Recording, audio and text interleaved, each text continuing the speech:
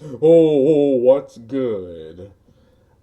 I've had a discussion with a family member about the quote unquote anti woke.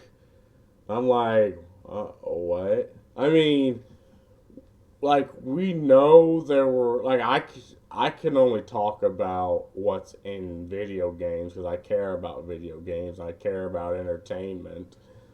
But I do believe you will see things like this because, at least in entertainment, I believe like consumer criticism is being rebranded into, like, at first it was rebranded into being sexist, then it was rebranded into being racist, then it was rebranded into being transphobic, and now it's being rebranded into being anti woke. And it's like, so why is so many people, right? Because I'd say like the people who are like the true anti wokies are people that benefit. So like YouTubers that benefit from it and make money. And the question is, why are so many people moving to these YouTube channels? Because everyone has an opinion, right?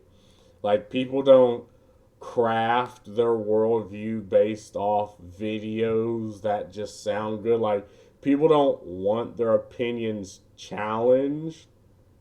People have an opinion and they look for validation.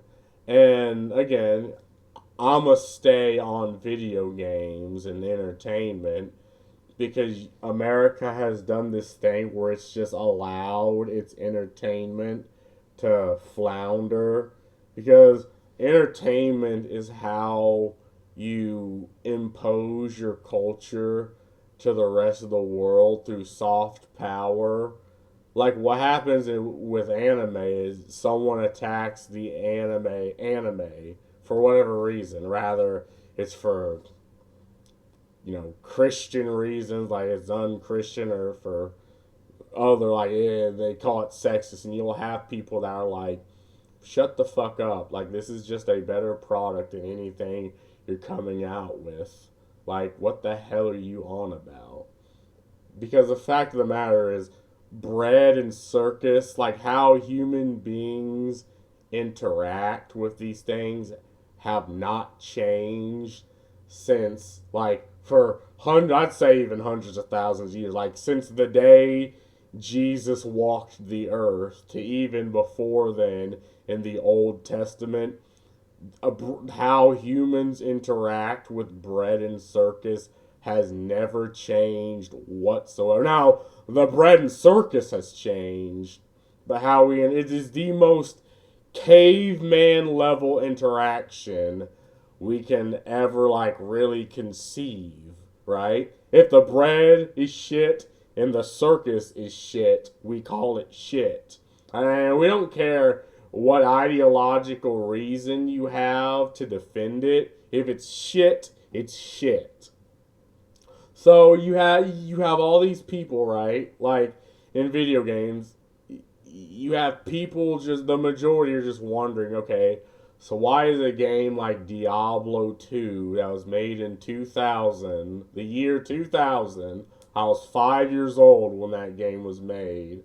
Like, why is that an objectively better product than Diablo 4? A game that cost hundreds of millions of dollars, made from a company like Blizzard that has 20, 30 plus years of making entertainment and making video games. And there was a time where it made damn good video games, but now it's just spread thin.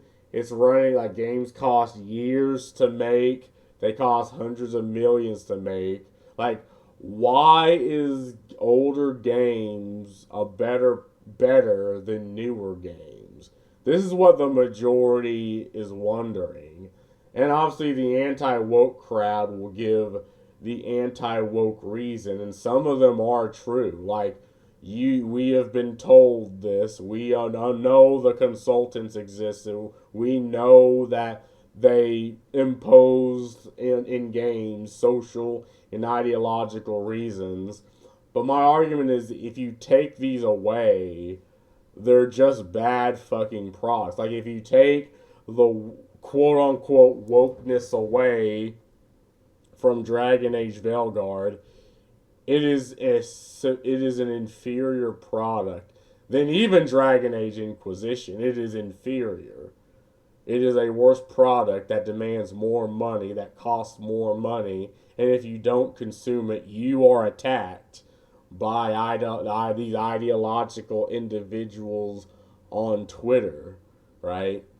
Then this is the thing people see. Like, just the average, everyday, working American that has a job but plays games, just the few hours they can. This is what they see. And then Path of Exile 2 comes out, and it is objectively better than Diablo 4, just by miles, and is made by a Chinese company, right? Like, the fact that in the Video Game Awards there wasn't a single American game, right? You know, the country that invented the idea of spreading culture through entertainment. There's not a single American game that was a contender for Game of the Year. Like that should be shameful. Like even if you do not care for games, if you do not care for this entertainment, you should still demand these industries do better.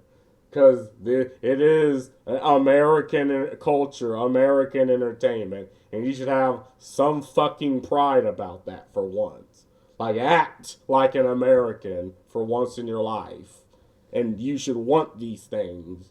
But apparently America has just decided not to. It decided to allow its entertainment, allow its means of spreading its culture throughout the world just die, apparently. And again, the demand for good entertainment is still there. It's just, at least from America, other than like indie games, the product is garbage.